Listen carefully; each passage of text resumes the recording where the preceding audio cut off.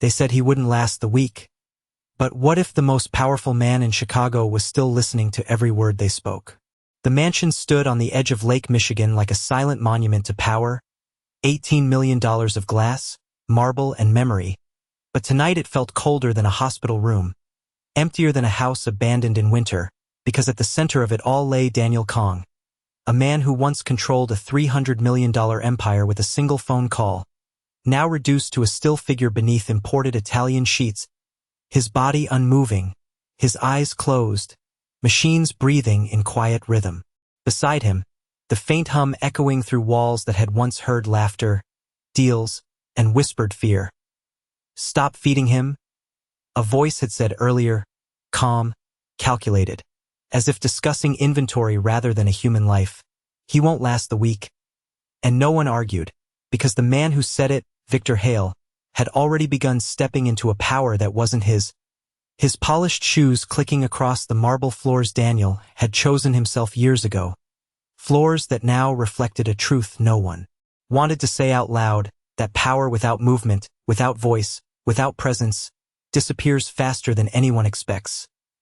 Downstairs, men in tailored suits gathered not to mourn but to calculate, their voices low, their eyes sharp, dividing responsibilities, territories, numbers, as if Daniel Kong had already become a memory. 20,000 a week just to keep him breathing. One of them muttered, shaking his head, "That's not business, that's charity." And a few quiet laughs followed, the kind that didn't belong in a house like this but somehow felt inevitable, because loyalty in this world had always been tied to strength, and strength, as they saw it, was gone.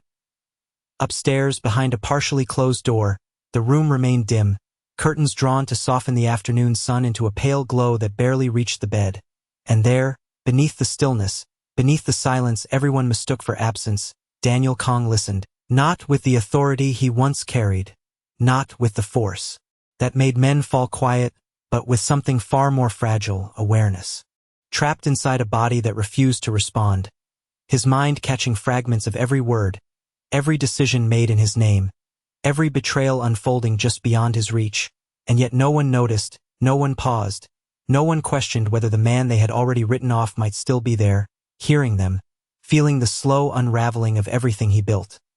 The air smelled faintly of antiseptic and polished wood, a strange mix of care and neglect, because while the mansion remained pristine, the man at its center had been quietly abandoned, not through violence, not through force, but through something colder, something more final, indifference. And as the house settled into that uneasy silence, broken only by distant footsteps and the soft mechanical rhythm beside his bed, one truth lingered, unspoken but undeniable, that sometimes the fall of a king doesn't happen in a moment of chaos, but in the quiet decision of others to simply walk away. By the next morning, the mansion no longer felt like a place where a man was being cared for, but rather a place where decisions were being made about what remained of him. And Victor Hale stood at the center of it all with the calm confidence of someone who had already rewritten the future in his mind. His voice steady as he gathered the remaining staff in the lower hall, the polished marble reflecting his figure as if it had already accepted him as the new authority. "From today forward we reduce unnecessary expenses," he said, his tone measured, almost polite, but beneath it lay something colder, something final.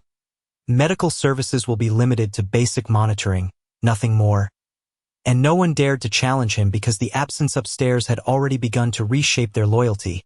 turning hesitation into quiet compliance, while a nurse who had worked in the house for nearly 2 years hesitated for just a second too long before asking, "Sir, what about nutrition support?" And Victor did not raise his voice, did not need to, because the silence that followed carried more weight than anger. "If his body cannot recover on its own, then feeding him changes nothing," he replied, and just like that a decision that would have once required Daniel Kang's direct approval was reduced to a simple cost calculation. Upstairs, the room remained dim, the curtains barely shifting as a breeze from the lake touched the edges, and Daniel lay still, his breathing steady but shallow, his mind catching every word that traveled through the walls like distant echoes, every sentence forming a truth he could not respond to, every decision sealing a reality he could not stop. And somewhere deep within that silence there was a flicker, not of strength, not yet, but of awareness, fragile and persistent, like a signal trying to break through static. Downstairs, Victor reviewed documents spread across a long wooden table. Numbers, contracts, percentages, each line representing a piece of an empire that was quietly being reassigned. North Shore properties remain under our control, one man said carefully, but without his authorization, and Victor cut him off with a slight lift of his hand. Authorization changes with circumstance, he said, his eyes never leaving the paper. And circumstances have already changed. And that was the moment when the room shifted, when uncertainty gave way to acceptance, because power does not wait. It moves, it adapts, and it fills whatever space is left behind. Far from the discussion, near the service corridor where the polished surfaces gave way to quieter, less noticed corners, Lydia Johnson moved carefully with her cleaning cart, her hands steady out of habit rather than comfort, the scent of detergent faint in the air as she wiped down surfaces that had been touched by people who never noticed her presence. Her hourly wage barely enough to cover rent in a small apartment miles away. Her schedule stretched between two jobs that left her exhausted before the day even began, and yet she continued, because stopping was not an option, because survival rarely allows for pause. As she approached the staircase leading to the upper floor, she slowed, not because she was told to, but because something in the air felt different, quieter in a way that was harder to ignore, and for a brief moment she looked up, toward the hallway where the room remained closed, where the man she had only ever seen from a distance now existed as a story whispered between staff, a presence reduced to a condition, and she turned away just as quickly, because in this house there were rules that were never written but always understood, rules about distance, about silence, about knowing your place, and yet even as she moved on, there was something she could not shake, a faint sound, almost nothing, a breath catching in a way that did not belong to machines, something human, something struggling to be heard, and though she said nothing, though she continued down the hallway as expected, the sound followed her, lingering just enough to plant a question that had no safe answer, because sometimes the most dangerous thing in a house like this is not disobedience, but noticing something that others have chosen to ignore. That night, long after the voices in the mansion had faded into distant echoes and the polished halls returned to their usual silence, Lydia Johnson found herself moving more slowly than usual,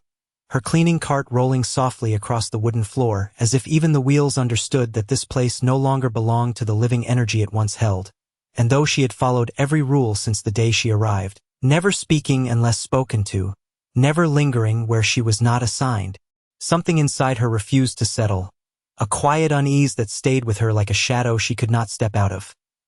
Earlier that day she had heard it again, that faint irregular sound from behind the closed door upstairs, not the steady rhythm of machines but something more human, something uneven, like a breath catching where it should not, and she told herself it was nothing, that it was not her place to question, that people like her survived by not noticing too much, yet the sound remained. In her mind even now, repeating itself in quiet intervals as if asking to be remembered. She paused at the base of the staircase, her hands resting lightly on the cart handle, and for a moment she simply stood there, listening, the distant hum of electricity blending with the soft whisper of wind outside, and then, almost without realizing it, she began to climb. Each step measured, careful, not out of fear of being caught but out of something deeper, something that felt like crossing a line she had spent her entire life respecting. The upper hallway was dim, the overhead lights set low to create a calm that now felt unnatural, and as she approached the door she noticed it was not fully closed, just slightly open, enough for a narrow line of light to stretch across the floor, and through that opening came the same faint sound she had heard before, subtle but unmistakable, and this time she did not turn away. She did not enter, not fully, but she allowed herself to look, just a second, just enough to confirm what her instincts had been trying to tell her. And there he was, Daniel Kong, the man whose name she had only ever heard in whispers, lying exactly as she had seen from a distance, still, silent, yet somehow different, not in movement, not in anything obvious, but in a way that was harder to define, like a presence that had not completely left. She noticed the tray on the table beside the bed, untouched, a bowl of rice porridge now cold, its surface slightly hardened from sitting too long, a glass of water placed neatly beside it as if someone had followed routine without purpose, and for a moment Lydia felt something tighten in her chest, not pity exactly, but recognition, the kind that comes from understanding hunger, from knowing what it means to be overlooked when you need something simple, something human. She stepped back quickly, her breath shallow, as if she had already stayed too long, as if the house itself might react to her hesitation, and she turned away, guiding the cart back toward the stairs, telling herself it was none of her concern, that the decisions made in this house were far beyond anything she could change. But even as she moved, even as she returned to the safety of routine, the image stayed with her, the untouched food, the still figure, the faint sound that refused to disappear, and somewhere deep within that quiet, unnoticed space, something had shifted, not in the mansion, not in the power that moved through it, but in her, a small, almost invisible crack in the certainty she had built around her place in the world, because sometimes the moment everything begins to change is not loud or dramatic, but as simple as noticing that someone has been left behind. The next afternoon, the mansion felt even quieter than before, not because fewer people were present, but because everyone who remained had already adjusted to the absence upstairs as if it had become part of the structure itself. And in that quiet routine, Lydia Johnson moved carefully through the service corridor with her daughter close behind her, small footsteps echoing softly against the polished floor, a sound that did not belong in a place like this yet somehow filled the silence in a way nothing else could. "Stay close to me, Amara," Lydia said gently, her voice low, not out of fear but out of habit, because in houses like this there were always boundaries that children could not see but adults understood too well, and Amara nodded, her dark eyes wide as she looked around at the high ceilings and long hallways, everything larger than anything she had ever known, everything too clean, too still, as if it were not meant to be touched. Lydia guided her toward a quiet corner near the staff area, setting down a small bag with simple food she had packed earlier, the kind that could last the day, the kind that did not draw attention, and for a moment she crouched down to meet her daughter's eyes, brushing a strand of hair gently from her face. "Do not wander, okay?" she said, her tone soft but firm, and Amara nodded again, though her attention had already drifted, pulled by something unseen, something she could not explain, while Lydia returned to her work, moving further. Down the corridor where her tasks waited, Amara remained still for only a moment before her curiosity began to lead her. Small steps carrying her away from the corner, past the quiet spaces where no one looked twice at a child, toward the staircase that seemed to draw her without reason. And though she did not know the rules of the house, she understood something simpler, something instinctive, that there was someone upstairs who had been left alone for too long. The climb felt longer than it was, each step echoing slightly. As she reached the upper hallway, the dim lighting casting soft shadows along the walls, and when she reached the door that had been left slightly open, she paused, not out of fear, but because something about the room felt different from the rest of the house, heavier, quieter, as if it held a secret that no one had spoken out loud.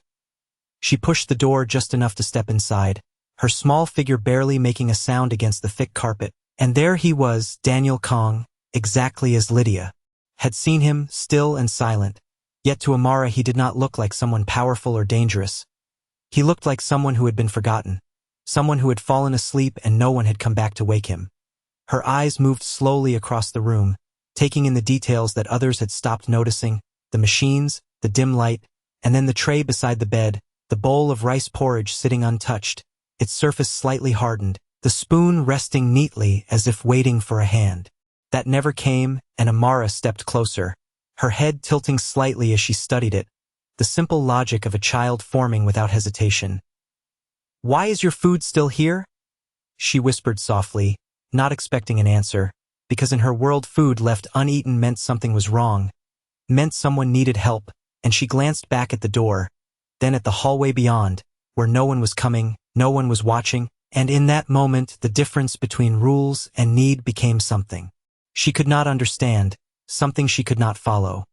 She reached for the spoon, her small fingers wrapping around it awkwardly, lifting it with effort, the metal slightly too heavy for her hand, and as she turned back toward the bed, standing beside a man who once held more power than anyone she had ever imagined. There was no fear in her eyes, no awareness of who he had been, only a quiet determination shaped by something far simpler than power or status, the understanding that someone who had not eaten should not be left that way. And as the spoon trembled slightly in her grip, hovering uncertainly between the bowl and the still figure before her, something shifted in the room, not in sound, not in movement, but in the quiet space between them, where a moment was forming that no one else in the mansion had chosen to see. The spoon trembled in Amara's small hand, not because she was afraid, but because it was heavier than she expected, the metal cool against her fingers as she carefully dipped it into the bowl, lifting a small portion of rice porridge that threatened to spill before she could steady it. And for a moment she paused, her eyes moving between the spoon and the still face of the man lying before her, as if trying to understand something that had no explanation in her world. Daniel Kong did not move, did not respond, yet somewhere beneath the stillness, beneath the silence that everyone else had accepted as final, there was a flicker of awareness, faint and distant, like a voice trying to reach the surface through deep water, and though he could not open his eyes, could not turn his head, something within him registered the shift in the room, the presence that did not belong to routine or calculation, something softer, something unfamiliar. "You have to eat," Amara whispered again, her voice barely louder than the hum of the machines, as if speaking too loudly might break something fragile, and she took a small step closer, raising the spoon carefully toward his face, her hand shaking slightly as she tried to match the height, the angle, the distance, all the things that adults understood without thinking but she had to figure out in that moment. A drop of porridge slipped from the edge of the spoon and fell onto the white sheet below, leaving a small mark that stood out against the pristine fabric, and Amara frowned, not in frustration, but in concentration, adjusting her grip, trying again with a patience that came not from experience but from instinct. The room remained still, the air unchanged, yet something subtle shifted, something that could not be measured by the machines beside the bed, because while the monitors continued their steady rhythm, Daniel's awareness sharpened, pulling him closer to the surface of a world he had been drifting away from, and, though he could not yet control his body, could not yet respond, he felt it, the presence beside him, the quiet determination in the small movements, the warmth of someone who did not see him as a lost cause. The spoon reached his lips, hesitating for just a second as Amara adjusted her stance, standing on the tips of her shoes to reach a little higher, her free hand resting lightly on the edge of the bed for balance, and then, with careful effort, she guided the spoon forward, touching it gently against his mouth as if afraid she might hurt him, though she did not know how. For a moment nothing happened, the same stillness holding the space between them, and Amara blinked unsure, her eyes searching his face for any sign, any reaction. But there was none she could see, and yet she did not pull away, did not give up, because in her mind the solution was simple. If someone could not eat on their own, you help them, and so she tried again, adjusting the angle slightly, her movements slower this time, more deliberate, as if she were learning with each attempt. Inside that still body, something responded, faint but real, a reflex, a memory. A part of him that had not disappeared, and though it was small, almost imperceptible, there was a shift, a slight change in the way his body reacted to the contact, a moment where the boundary between absence and presence became less certain, and the machines beside him registered a subtle variation, a change so minor that no one monitoring them from a distance would notice, but enough to mark the beginning of something different. Amara lowered the spoon slowly, her brow furrowed as she looked at him, then back at the bowl, as if deciding what to do next, and after a brief pause she dipped the spoon again, repeating the process with the same quiet determination, unaware of the significance of what she was doing, unaware of the decisions made downstairs, the calculations, the expectations, the belief that nothing could change what had already been decided, because in that moment none of it mattered, not power, not money, not control, only the simple act of trying, of reaching out where no one else had. And as the spoon rose once more in her small, unsteady hand, the silence of the room held something new, something that had not been there before, the faintest possibility that the story unfolding within those walls was not as finished as everyone believed. The second spoonful rose more steadily this time, Amara's small fingers adjusting instinctively as if her body had already learned what her mind had not fully understood. Her eyes fixed on the distance between the bowl and Daniel Kang's face, measuring it with quiet determination, and as she brought it forward again, something subtle shifted in the room, not in sound, not in light, but in the invisible space where presence begins to replace absence. Downstairs, unaware of what was unfolding. Above them, Victor Hale stood near the large window overlooking the lake, speaking in a calm voice to a man in a white coat, the kind of calm that carried decisions without needing to explain them. "You will reduce the dosage tonight," he said, his tone even, as if discussing routine maintenance rather than a human condition. Nothing drastic, just enough to prevent unnecessary fluctuations. And the man hesitated, not out of defiance but out of habit. "Sir, if there are signs of improvement, the standard protocol would be to increase support." And Victor turned slightly, his expression unchanged. "We are not following standard protocols," he replied, and the silence that followed made it clear that no further explanation would be offered, because in this house authority no longer came from the man upstairs but from the one who had already decided what the outcome should be. Back in the dim room, Amara carefully touched the spoon to Daniel's lips again. Her movements slower now, more deliberate, as if she were speaking through action rather than words, and for a moment the world seemed to hold its breath, the machines continuing their steady rhythm, the air unmoving, until something almost imperceptible occurred. A slight response, a faint reflex that passed through Daniel's body like a signal returning after being lost, and though it was not enough to change his stillness, not enough to be seen by anyone who was not looking closely, it was real, and the spoon tilted. Just enough for a small amount of porridge to pass his lips. Amara's eyes widened slightly, not in shock but in recognition, as if she had been waiting for something to confirm that she was doing the right thing, and she lowered the spoon quickly, looking at his face again, searching for any sign that he had noticed, any sign that he was still there, and though she could not see it, though his expression remained unchanged, something inside him had responded, a faint pull toward the surface, a fragile connection that had not been there before, and, deep within that stillness Daniel felt it, not the food, not the motion, but the presence, the intention behind it, something that did not belong to duty or obligation but to a kind of care he had not recognized in a long time.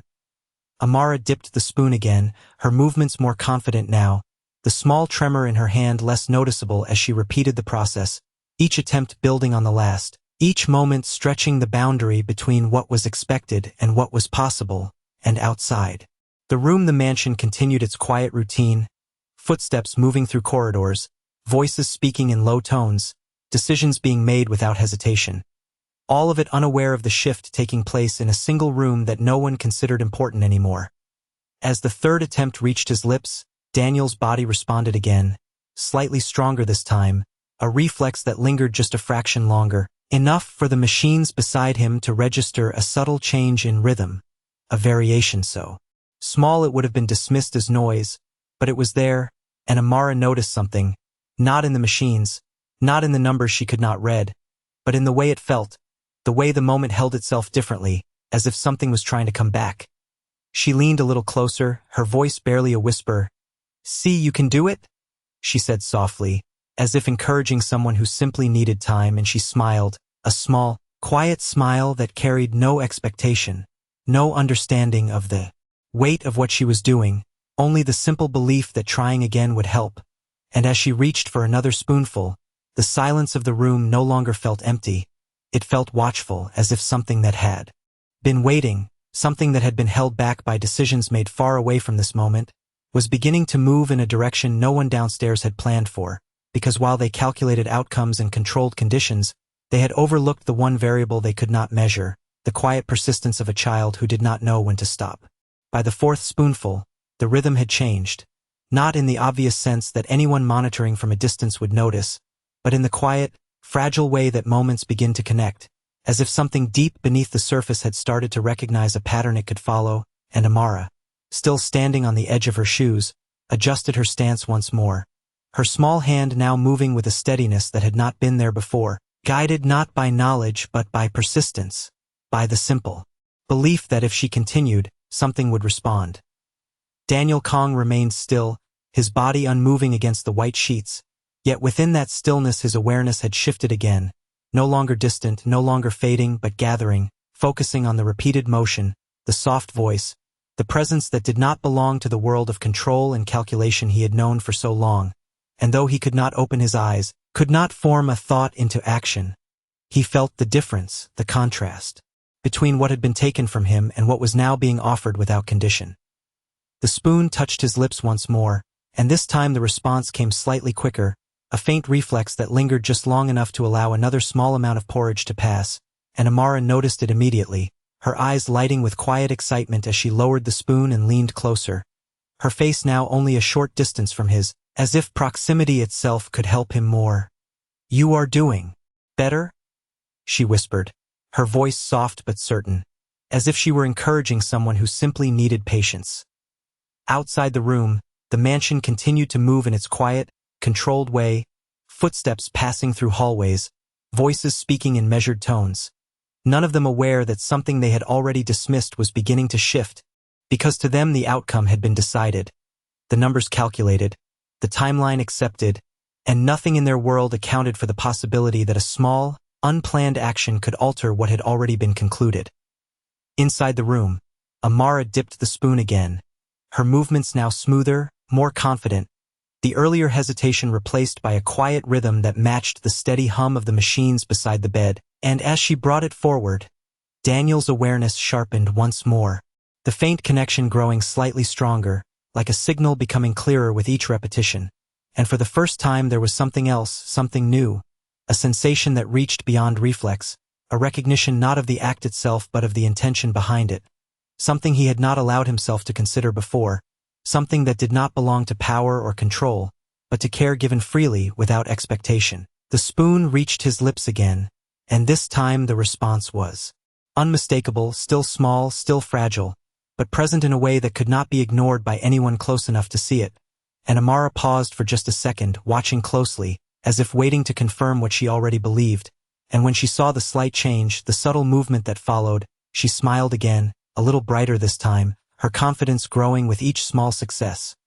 She lowered the spoon and looked at the bowl, now slightly less full than before, then back at him, her expression thoughtful, as if considering what to do next, and after a brief moment she spoke again, her voice carrying a gentle certainty that did not question the situation. "I will stay a little longer," she said softly, not realizing how those words contrasted with everything else in the house, where people had already begun to leave him behind. In that quiet declaration, something shifted once more, not in the room, not in the machines, but in the space between presence and absence, where Daniel's awareness continued to rise, pulled not by force, not by command, but by something far simpler and far stronger than anyone downstairs had accounted for, the quiet persistence of someone who had no reason to stay, yet chose to anyway, and as the spoon dipped once more into the bowl, the silence of the room no longer felt like an ending. It felt like the beginning of something that had been waiting for the smallest reason to return. Later that same afternoon, as the light outside shifted from pale gray to a warmer gold reflecting across the surface of Lake Michigan, something deeper began to stir within Daniel Kong. Not in his body, which remained still, but in the fragments of memory that had once defined him, rising slowly through the silence like images surfacing through water, uninvited yet impossible to ignore, and among those fragments was a moment he had long forgotten, a decision made years ago in a room far removed from this mansion, far removed from power, where numbers had once been placed before him not as profit, but as need. He saw it again now, not clearly, but enough to feel its weight, a hospital office in Chicago, modest, unpolished, where a doctor had spoken in careful tones about a patient who could not afford treatment, about complications, about time running out, and Daniel, younger then, colder in his thinking, had listened without expression, asking only one question: how much? And when the number came, 38,000,001, a sum that meant little to him but everything to someone else, he had nodded once, instructing his assistant to transfer the funds anonymously through the Kong Foundation, a decision made not out of kindness, not out of compassion, but out of efficiency, because it was easier to solve a problem than to hear about it again. The memory shifted, fading before it could fully form, yet the feeling remained, the sense that something from that moment was connected to something now, something he could not yet understand, as if the past was reaching forward into the present through a thread he had never noticed. Beside him, unaware of the silent reconstruction taking place within a man she did not know, Amara continued her quiet effort, dipping the spoon once more into the bowl, her movements steady now, practiced in their own small way, as if repetition had become its own kind of instruction, and as she lifted it again, she spoke softly, not because she expected a response, but because silence felt incomplete without it. "My mom says you have to eat to get strong," she said, her voice carrying a simple certainty that did not question anything beyond what she could see, and she leaned slightly closer, guiding the spoon forward with the same careful attention she had shown from the beginning. The room held stillness, but it was no longer the same stillness as before, no longer empty, but filled with something that could not be measured by machines or understood by those who had already decided the outcome. Because within that space, Daniel's awareness continued to rise, not fully formed, not yet capable of action, but present enough to register the voice, the words, the intention, and though he could not place it, could not identify why it felt familiar. There was something about it that reached beyond the moment, something that resonated with the fragment of memory still echoing within him. The spoon touched his lips again, and this time the response came with a slight delay, as if his body were learning, remembering something it had forgotten, and the movement that followed, though small, carried more weight than before, a faint but undeniable step forward in a process no one downstairs believed was possible. Amara paused, watching closely, her head tilting slightly as she observed the subtle change, her eyes searching his face for any sign that he was still there. And, though she could not see what was happening beneath the surface, she felt it, in the way the moment held itself, in the quiet sense that something was beginning to respond. Outside the room, the mansion continued as it always had, decisions being made, numbers being adjusted, outcomes being assumed, but none of it accounted for the invisible connection forming in a space they had already dismissed, a connection rooted not in power or control, but in something far less predictable, the unintended consequence of a decision made long ago, now returning in a form no one could have anticipated. And as Amara lifted the spoon once more, her small hand steady against the weight, the silence of the room seemed to lean closer, as if listening, as if waiting for the moment when what had been forgotten would finally reveal itself. By the time the bowl had lost nearly half of its warmth, something undeniable had begun to change, not in a dramatic or sudden way, but in a slow, quiet progression that unfolded beneath the surface of everything the mansion believed to be fixed, and Amara, still standing beside the bed with the same steady focus, noticed it first not through sight or sound, but through the feeling that her effort was no longer unanswered. Each time she lifted the spoon now, the movement felt less uncertain, less like an attempt and more like a continuation, as if the space between her and Daniel Kong had shifted from distance into connection. And when the spoon reached his lips again, there was a pause, a fraction of a moment that felt longer than it was, before his body responded with a faint but clear motion. Subtle yet unmistakable, a reflex that no longer seemed accidental. She lowered the spoon slowly, her eyes widening just slightly, her expression thoughtful as she leaned closer, watching him carefully as if trying to understand what had changed. And though she did not have the words for it, she recognized that something was different, something that made her stay instead of stepping back. Inside the stillness of his body, Daniel's awareness had grown stronger, no longer drifting but holding, anchored by the repeated presence beside him, by the rhythm of the spoon, the soft voice, the quiet persistence that refused to accept absence as final. And within that awareness, fragments continued to align, the memory from before not fading this time, but pressing forward with more clarity. The image of a hospital corridor, the sterile smell, the quiet urgency in a doctor's voice, and the name on a file he had not paid attention to then. A name that now hovered just beyond reach, familiar without context. Downstairs, Victor Hale reviewed updated reports, his attention fixed on numbers that had not yet begun to reflect the shift upstairs, and when a staff member mentioned a slight variation in the monitoring data, something minor, something likely insignificant, Victor dismissed it with a quiet nod. "Equipment fluctuations happen," he said calmly, his confidence unshaken, because in his mind the outcome had already been decided, and anything that suggested otherwise was simply noise to be filtered out. Back in the room, Amara dipped the spoon again, her movements now almost rhythmic, guided by a simple pattern that had formed without instruction, and as she brought it forward once more, she spoke again, her voice soft but steady. "You are getting stronger," she said, as if stating a fact rather than offering encouragement, and she leaned slightly closer, her small presence unwavering in a space that had been abandoned by everyone else. The spoon touched his lips, and this time the response followed with a clarity that could not be mistaken for coincidence, a small but deliberate movement that allowed another portion to pass, and the machines beside the bed registered it, The faint change in rhythm now slightly more pronounced, enough to exist beyond chance, though still too subtle to trigger concern in those who were not looking for it.